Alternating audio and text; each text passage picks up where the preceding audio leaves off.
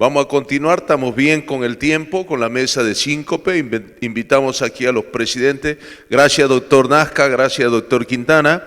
Invitamos al doctor Bravo y al doctor Bernal como presidente de la mesa de síncope y de muerte súbita, donde el primer orador va a ser el doctor Bravo y el segundo orador el doctor Quintana, el doctor Brugada. Los panelistas los invitamos a sentarse aquí adelante, en la primera fila, la doctora Iris Sánchez, que viene de Buenos Aires, el doctor Perea, de acá de Tucumán, el doctor Weber, también de Tucumán, y la doctora Cisnero. Bueno, comenzando con la mesa de síncope, tengo el honor de presentar al primer speaker, que es el doctor Alejandro Bravo, del Centro Integral de Arritmias Tucumán. Hola, buen día. Nosotros vamos a hablar de síncope, cómo estudiamos la población. Es cierto que el síncope, como definición, es la pérdida de conocimiento, una pérdida espontánea, transitoria, perdemos el tono postural, muscular, y con una recuperación espontánea y sin secuelas. Siempre tiene una prevalencia esta patología de hasta un 41% y una recurrencia de 13.5% de los casos. Los servicios de urgencia reciben hasta el 2.4% de las consultas son por un evento sincopal y el 58% de eso corresponde a personas mayores de 80 años. La incidencia es del 7% anual con una recurrencia de un 30% a los 2 años. En la clasificación de síncope, nosotros tenemos una clasificación, se divide en un síncope de causa autonómica y de un síncope de causa cardíaca. En la causa autonómica tenemos el síncope reflejo, el síncope por hipotensión ortostática y el síncope por taquicardia postural ortostática, que se llama POST. Ahí tenemos el síncope del síncope reflejo, tenemos el síncope vasovagal, que representa al 60% de los casos de los eventos. Y después tenemos como hipotensión ortostática la inducida por fármacos, la depresión de volumen y las disautonomías donde estaría la enfermedad de Parkinson. En el síncope cardiogénico puede ser arrítmico o por alguna enfermedad estructural cardíaca. Ahí en el síncope arrítmico tenemos las bradiarritmias, las taquiarritmias y las canalopatías. Y la enfermedad estructural cardíaca, la estenosis aórtica, las miocardiopatías dilatadas, chagásica, la displasia, tumores cardíacos. El mecanismo fisiopatológico del síncope estaría dado por una caída de la resistencia periférica, eso nos lleva a una hipotensión arterial, bradicardia en algunos casos, con disminución del flujo cerebral y el evento sincopal. El pronóstico está dado por la etiología del síncope. Nosotros si tenemos un caso vasovagal, el vasovagal o un paciente que no ha tenido nunca un evento sincopal tiene mejor evolución que un paciente que ha tenido un síncope de origen cardíaco, neurológico o bien de causa inexplicable. Cuando nosotros estudiamos a los pacientes siempre tenemos que ver las circunstancias del episodio. En las circunstancias del episodio tenemos que ver cómo se ha presentado el evento, cómo han sido los prodromos, qué ha sido desencadenante del evento y la duración, la recuperación de este paciente. Eso es muy importante y siempre interrogar al testigo. El paciente no sabe, el paciente no se da cuenta qué tiempo ha perdido el conocimiento, el testigo sí. En la duración es muy importante saber cuando es un síncope vasovagal que esto dura entre 3 y 5 minutos. Si esto se prolonga en el tiempo, eso tendríamos que pensar que es un síncope de origen neurológico. La historia médica y la medicación que venía tomando este paciente, eso sería muy importante porque ahí nosotros tenemos que averiguar si este paciente tiene una historia de cardiopatía o bien medicación, hipoglucemiantes, diuréticos. Las características del paciente es lo otro que tenemos que averiguar o ver, es la edad avanzada de este paciente, ya me está guiando a que sea un síncope por alguna cardiopatía de base o por algún tratamiento con diuréticos o bloqueantes alfa porque toman alguna medicación para la próstata. Y en los jóvenes siempre pensar en síncope vasovagal. El examen físico los parámetros vitales, la evaluación cardiovascular, una evaluación general y por supuesto que siempre tratar de que la opinión del neurólogo. Y tomando todos estos parámetros hacemos una integración clínica, que es lo que hemos visto, en qué estamos pensando y ahí decidimos si es un síncope reflejo y por hipotensión ortostática o un síncope cardiogénico. Esta estratificación de riesgo es muy importante porque acá me permite decir, este es un síncope de alto riesgo, de riesgo intermedio o de bajo riesgo. Acá lo que nosotros tenemos que ver es que el paciente tiene un evento sincopal, el paciente tiene un antecedente de cardiopatía, la fracción de eyección tiene que ver con esto, son pacientes añosos. Y bueno, ese paciente que ya tiene algunas otras alteraciones, pueden ser que tenga una taquicardia supraventricular o una taquicardia ventricular como antecedente, ese paciente tiene que ser internado. El paciente de riesgo intermedio es un paciente que no cumple con los riesgos anteriores, es un paciente que tiene un electro que es medio dudoso, pero no es muy claro el evento, también tiene que pasar a la unidad de síncope, requiere internación, y el de bajo riesgo son habitualmente el síncope vasovagal, un paciente joven, un paciente que tiene un examen cardíaco y un electro normal. A ese paciente le tenemos que hacer seguimiento y le damos de alta de la urgencia. ¿Cuáles son los métodos complementarios que tenemos para evaluar estos pacientes? Bueno, en la unidad de síncope ya hicimos la anamnesis, hacemos laboratorio, vemos el electrocardiograma, Holter cardíaco, monitor de eventos, Holter que puede ser de 24, 48, 7 días hasta 30 días, los monitores de eventos que nos sirven mucho para los síncopes de causa desconocida. Usamos el TIL-TEST, el TIL-TEST es un método que se usa mucho para el síncope cuando sospechamos que es vasovagal y eso nos da positivo entre un 26 al 87%. Dispositivos digitales en la era de la tecnología, es muy importante valernos de esto. Se usan parches de monitoreos o bien registradores de eventos que pueden ser cutáneos o implantables. El test del ejercicio, solamente si el paciente en la anamnesia o cuando el testigo nos describió que el evento lo hizo post ejercicio, es muy importante realizarlo. Y también el estudio electrofisiológico que tiene sus indicaciones cuando sospechamos que es una causa arrítmica o hay una cardiopatía estructural. El TIL-TEST tiene una indicación solamente en pacientes, puede ser considerado en pacientes que tengan sospecha de síncope reflejo por hipertensión ortostática o el síndrome de taquicardia postural ortostática, tiene solamente una indicación 2B.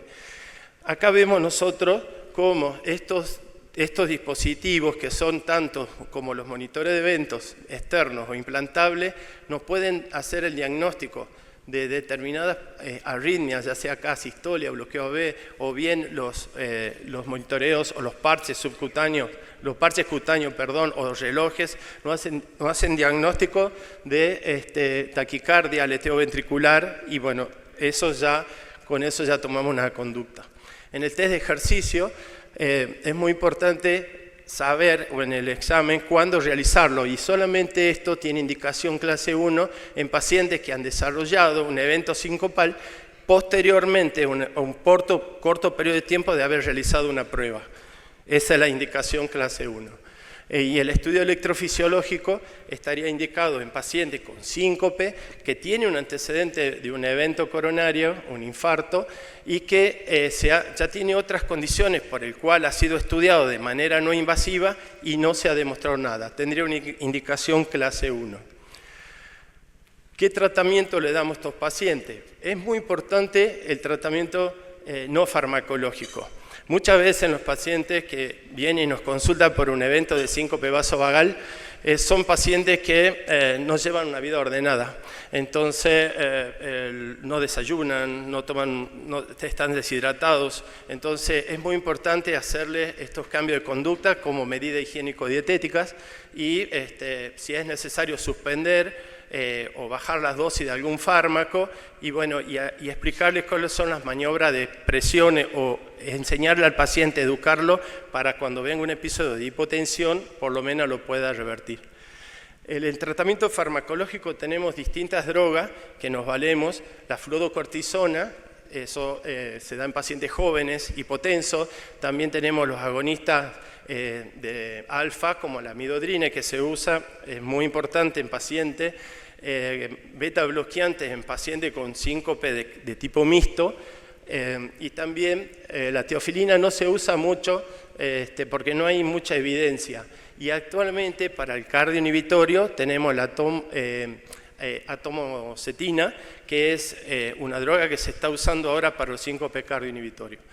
Implante de marcapaso, ¿en quiénes? Bueno, estos pacientes tendría que ser, tiene indicaciones en pacientes muy sintomáticos con mecanismos cardioinhibitorios, y los marcapasos que tendríamos que elegir serían con los de respuesta en frecuencia o los de sistema de asa cerrada. La cardioneuroablación tiene una indicación actualmente para la bradicardia extrema, para sistolia, para algunos tipos de bloqueos, y con eso retardamos el implante de marcapaso. La ablación por catéter, tanto de taquicardias supraventriculares o taquicardias ventriculares, depende del sustrato, y el implante de un dispositivo que sería el cardiodefibrilador.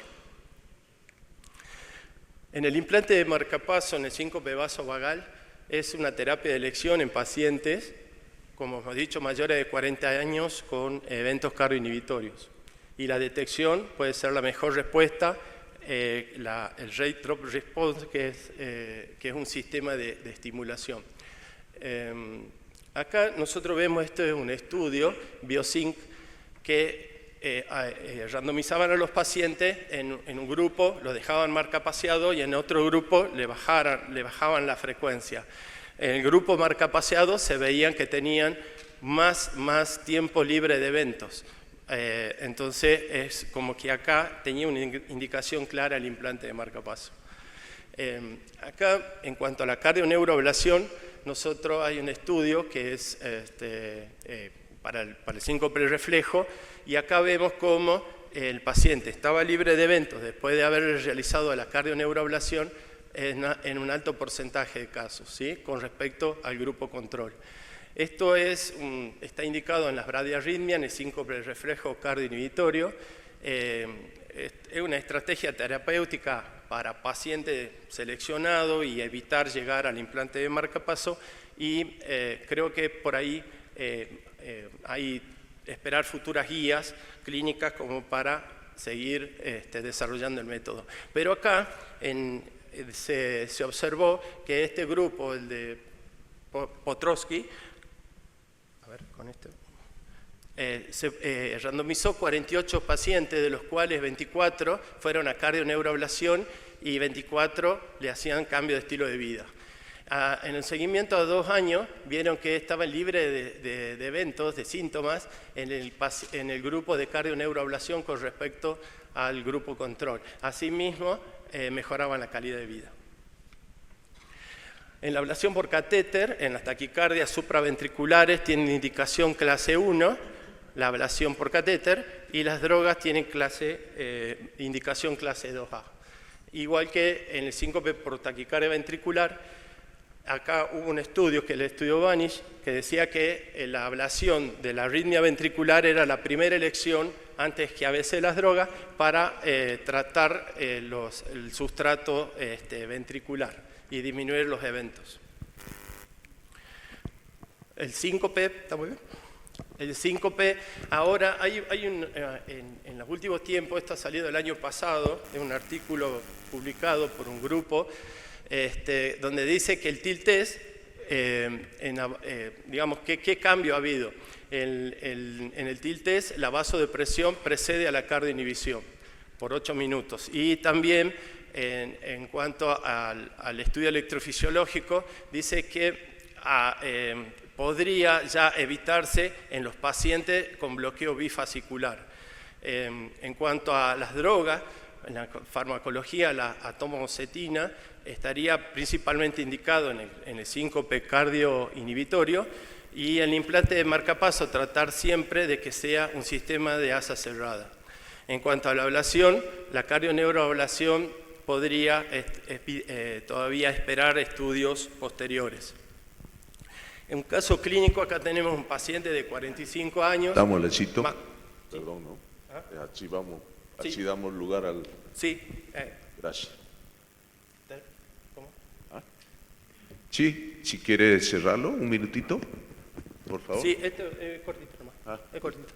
Un paciente de 45 años, masculino, varios episodios de pérdida de conocimiento, antecedentes de síncope neurocardiogénico, donde ya se había indicado el implante de marcapasos y los métodos complementarios le daban bien. Ese paciente, el electro tiene una T negativa en la cara inferior, en la cara anterior, en cara lateral. Le hicieron cateterismo, no hubo lesiones coronarias, en el doble cardíaco veían que estaba hipertrófico y lo llevaron a ecoestrés para valorar gradiente y obstrucción del tracto de salida. Ahí ven que durante la prueba tenía un infradesnivel del ST en la cara inferior. Cuando lo acuestan en el ecoestrés hace una bradicardia a 60 latidos y después bradicardia extrema y hace una sistolia de 11 segundos con recuperación espontánea. Esto, bueno, en el síncope post ejercicio tenemos que, cuando sucede esto, excluye a otras alteraciones cardíacas, puede ser debido a hipotensión ortostática o a un reflejo neuromediado, tomar algunas medidas no farmacológicas, cardioneuroablación o implante de marcapaso. Y bueno, nos guiamos de acuerdo a esas guías y bueno, muchas gracias. Excelente, gracias Ale.